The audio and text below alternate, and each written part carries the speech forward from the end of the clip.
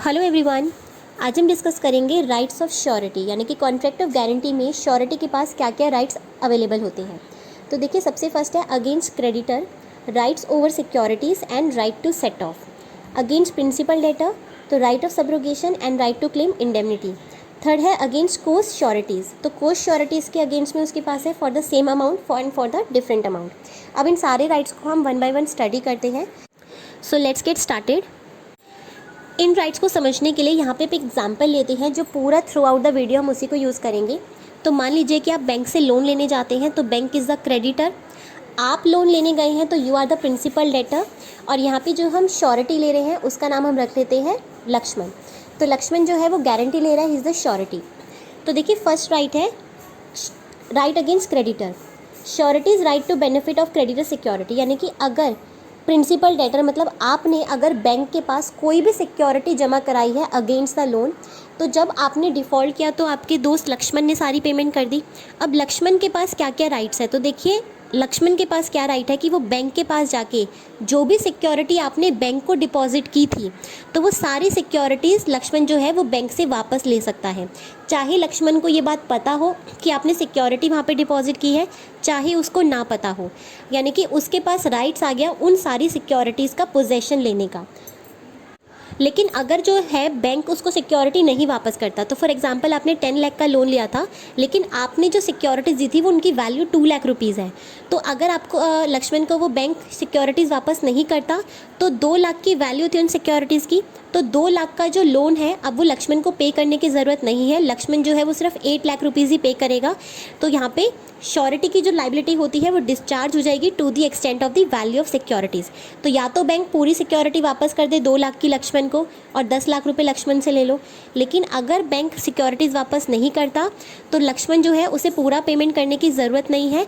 वो जितना भी सिक्योरिटीज़ का अमाउंट है वो उसमें से काट लेगा। तो 10 लाख में से 2 लाख रुपीज़ आप सिक्योरिटीज़ का काट लो और 8 लाख रुपीज़ लक्ष्मण बैंक को रीपे कर देगा। सो this is the first right against the bank. Second right है राइट टू सेट ऑफ।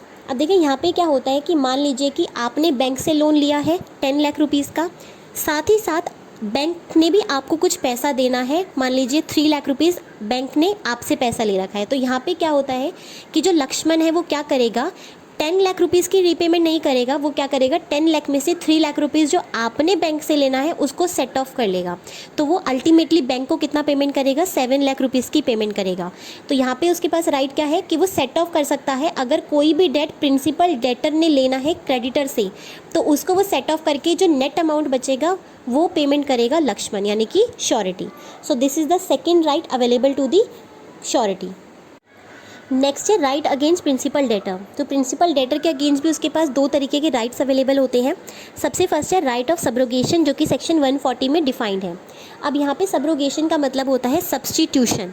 तो देखिए, जब लक्ष्मण जो है वो बैंक को जाके पूरी पेमेंट कर देगा, तो अब लक्ष्मण जो है वो एक तरीके से आपका क्रेडिटर बन गया। अब आपको जो है वो 10 लाख रुपीज़ किसको पे करने हैं, लक्ष्मण को पे करने हैं। तो Lakshman now steps into the shoes of the creditor. अब आपका लेना देना खत्म हो गया बैंक के साथ, लेकिन अब आपकी जो लाइबिलिटी अराइज हो गई वो अराइज हो गई towards Lakshman, and now you have to pay 10 lakh rupees to the Lakshman. और अगर आप उसे पे नहीं करेंगे तो लक्ष्मण जो है वो आपको कोर्ट में स्यू भी कर सकता है। अब आप कोर्ट में जाके ये नहीं बोल सकते कि सर मैंने तो बैंक से पैसा लिया था, लक्ष्मण कहाँ से मुझसे पैसा मांग रहा है, because there is an implied contract of indemnity. तो बिकॉज ऑफ दैट कॉन्ट्रैक्ट आप जो है 10 लाख रुपीज़ उसको पे करेंगे, और अगर आप नहीं पे करेंगे तो लक्ष्मण के पास सारे के सारे वो राइट्स हैं जो कि एक क्रेडिटर को अवेलेबल होते हैं अपने डेटर के अगेंस्ट। तो आपको कोर्ट में स्यू करना और सारे डैमेजेस वगैरह क्लेम करना, वो सारे राइट्स किसके पास आ जाएंगे, लक्ष्मण के पास आ जाएंगे। सेकेंड राइट है implied promise to indemnify surety, section 145। अब देखिए, यहाँ पे भी वही बात कही गई है कि जैसे ही लक्ष्मण ने बैंक को पूरा का पूरा 10 लाख रुपीज़ पे कर देगा, तो यहाँ पे उसके पास राइट है कि वो आपसे अपने 10 लाख रुपीज़ को रिकवर कर सकता है because of the implied contract of indemnity. लेकिन यहाँ पे डिफरेंस क्या है कि यहाँ पे लक्ष्मण वही अमाउंट रिकवर कर पाएगा जो कि उसने राइटफुली पे किया है। यानी कि अगर कोई भी अमाउंट रॉन्गफुली लक्ष्मण पे करता है तो आप उसे वो पे करने के लिए लायबल नहीं होंगे। फॉर एग्जाम्पल बैंक से आपने लोन के लिए बोला था कि आपको चाहिए 10 लाख रुपीज़ का लोन, लेकिन आपका जो लोन सेंक्शन हुआ था वो सिर्फ 8 लाख रुपीज़ का ही सेंक्शन हुआ था।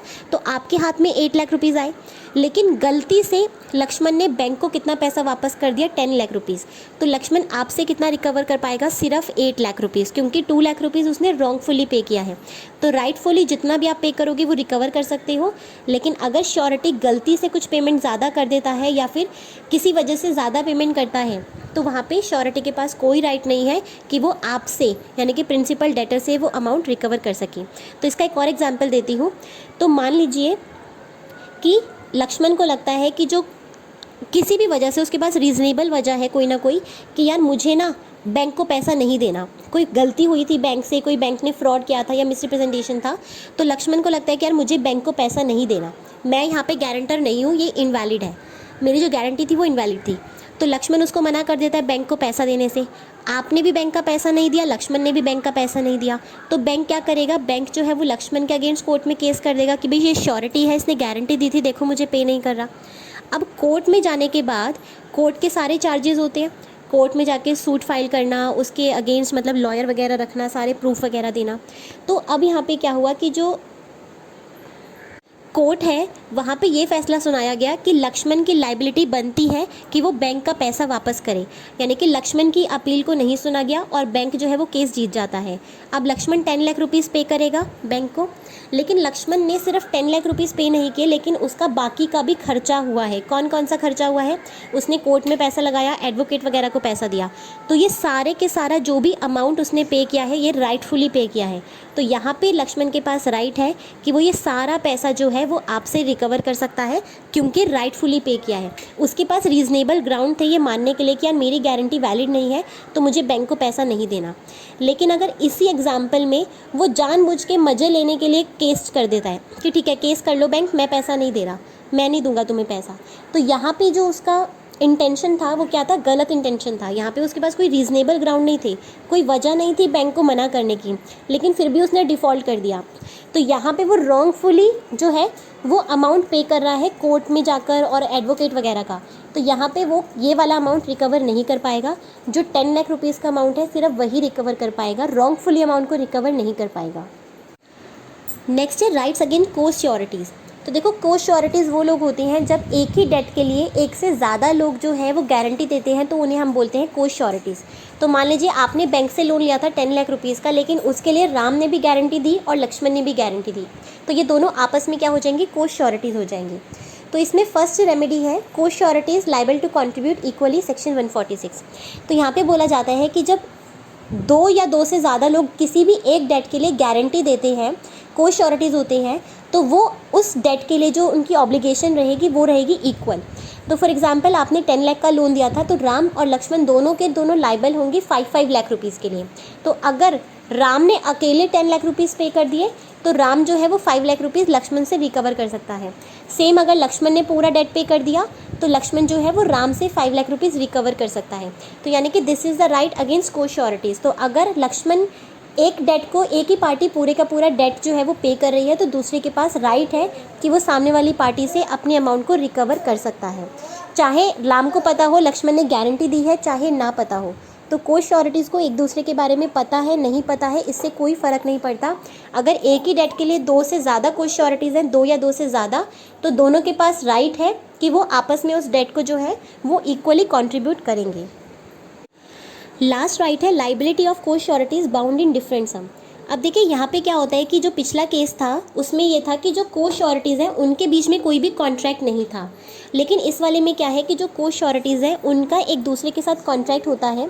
तो राम ने बोला कि देख पूरा 10 लाख रुपए मैं पे नहीं करूँगा, मैं उसकी जो गारंटी ले रहा हूँ वो सिर्फ ले रहा हूँ 20% की, तो यानी कि मैं सिर्फ 2 लाख रुपये के लिए गारंटी ले रहा हूँ, बाकी मैं नहीं लूँगा।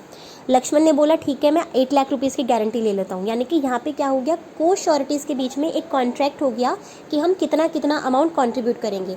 तो अगर दोनों के बीच में कोई कॉन्ट्रैक्ट नहीं है तो वो इक्वली करेंगे, जो कि हमारे लास्ट राइट था। और अगर दोनों पार्टीज़ या दो से ज़्यादा पार्टीज़ ने अपने बीच में कॉन्ट्रैक्ट किया है कि वो कितना कितना अमाउंट कंट्रीब्यूट करेंगे, तो फिर जितना जितना उन्होंने बोला है वही अमाउंट वो कंट्रीब्यूट करेंगे। अब देखिए इसको एग्जाम्पल से समझते हैं तो आपको क्लियर होगा। फर्स्ट है कि प्रिंसिपल डेटर जो है उसने लोन लिया है 70,000 रुपीज़ का। फर्स्ट श्योरिटी ने बोला कि मैं 10,000 रुपीज़ कॉन्ट्रीब्यूट कर सकता हूँ, सेकंड ने बोला मैं 20,000 दूंगा, और थर्ड बोलता है कि मैं 40,000 रुपीज़ की गारंटी दे रहा हूँ। तो ये इन सबकी गारंटीज़ के अमाउंट है। पहला सिचुएशन है कि जो डिफ़ॉल्ट होता है वो सिर्फ 30,000 रुपीज़ का होता है। तो यानी कि लोन तो 70,000 का था, लेकिन प्रिंसिपल डेटर ने 40,000 की पेमेंट कर दी, लेकिन 30,000 रुपीज़ वो पे नहीं कर पाया, एंड इसकी वजह से को श्योरिटीज़ को बोला गया कि अब आप लोग जो है वो लाइबिलिटी पे करेंगे। अब यहाँ पे क्वेश्चन आता है कि ये को श्योरिटीज़ कितना अमाउंट कॉन्ट्रीब्यूट करेंगे। तो देखिए सेकंड वाला जो राइट था वो ये कहता है कि आप लोगों ने प्रपोर्शनेटली कंट्रीब्यूट नहीं करना, आप लोगों ने जितना मैक्सिमम बोला है उस लिमिट में कंट्रीब्यूट करना है। तो देखिए सबने बोला था 10,000, 20,000 और 40,000।